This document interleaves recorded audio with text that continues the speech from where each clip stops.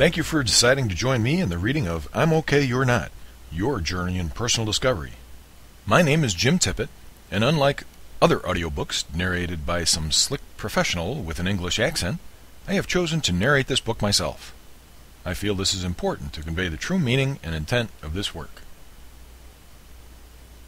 Take a walk in any bookstore and you are inundated with how to make yourself better books. Books on how to relax, how to stop procrastinating, how to be better, how to be more like the perfect vision of humanity portrayed in works and demonstrated over time. All of them pretty much saying the same thing. There is something wrong with you, and if you read my book, I can fix it. The same goes on in our everyday life. Parents, coworkers, friends, brothers, sisters, the media, your boss, all imparting their wisdom on how to fix what's wrong with you. But the reality is that if everyone was alike, or held to the same nice and tidy academic or Freudian evaluation, or consensus opinion of our society, we would all perish. We are not all A+ students. We are not all doctors and lawyers. We are not all able to buy BMWs and Lincolns. We can't all afford to live in great big houses. But we all breathe the same. We all have thoughts and feelings. We all have relationships. And we all impact society in one way or another. Watch the movie It's a Wonderful Life with Jimmy Stewart to start your journey of what the world would look like without your unique contributions. The key premise of this book, unlike the others, is not to tell you what's wrong with you, but to convince you that you are fine just the way you are. Do you want to change something about yourself? My dear friend, it is within you already if you dig deep enough. You don't need any help. You're just fine. You have certain gifts and talents that no one else has. Like the cookies on the cover of this book, made by my dear wife, we are all individuals, all with our unique cracks and crumbs. Get in touch with what makes you tick, and you will find that you are fine and dandy just the way you are, and that anything you do want to change about yourself is up to you and within your control. Realize, however, that who you are now is a result of your design. More accurately, your response to your environment and those around you. In thinking and living, you can be your own worst enemy or your own savior. Have you spent so long worrying about what everyone else wants that you have forgotten what you want? Are you more concerned with what others think than what you think? If we examine our lives deep enough, some aspect of us has become puppet-like, conditioned to react at the pull of an emotional string. That begs the question, who is your puppet master? Well, the answer is you. But they don't want you to know that, as it would loosen their control of the strings. You are okay.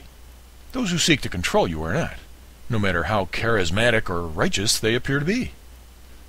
You must live your life according to your worldview, not someone else's. Realize these are easy words, but an oft difficult task, hopefully made easier through this work.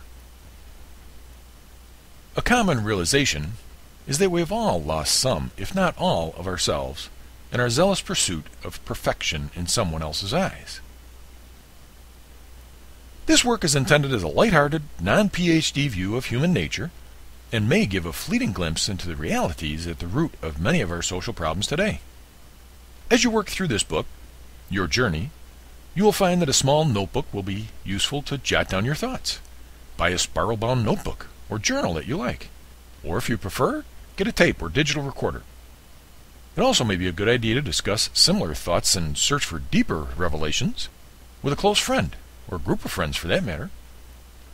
You may notice that I pose many questions throughout this book. The questions are intended to give you an opportunity to reflect on what you think and feel, not what someone else thinks. Answer these questions from your gut. Jot down your answers in your journal or your recorder. I have provided a listing of all the reflective questions in the back of the book. The complete book and all worksheets are included on Disc 4 of the audio package. Print out the worksheets, or if you have the print version, you can download them from my website, www.imokayyournot.com, along with other similar pages, and post them on your fridge, your desk at work, in the visor of your car, or some other handy place as a ready reminder of how great you are. I dedicate this book primarily to my family, my wife Cindy, my 2 sons, James and Rich, my mother, my sister, and my brother-in-law. I must also extend sincere appreciation to Suzanne Lupatius and so many others who have provided their input and feedback on this work. I would also like to thank the makers of Audacity, the software used to record this audiobook, and Aaron Cook, who launched worthyofpublishing.com, where the book received its initial public review. Yet more special thanks to Tim, John, and Tam at Blue Random Records of Manchester, who produced the music from which the chapter lead-in tunes were clipped. References to these and many other resources are located in the back of the book.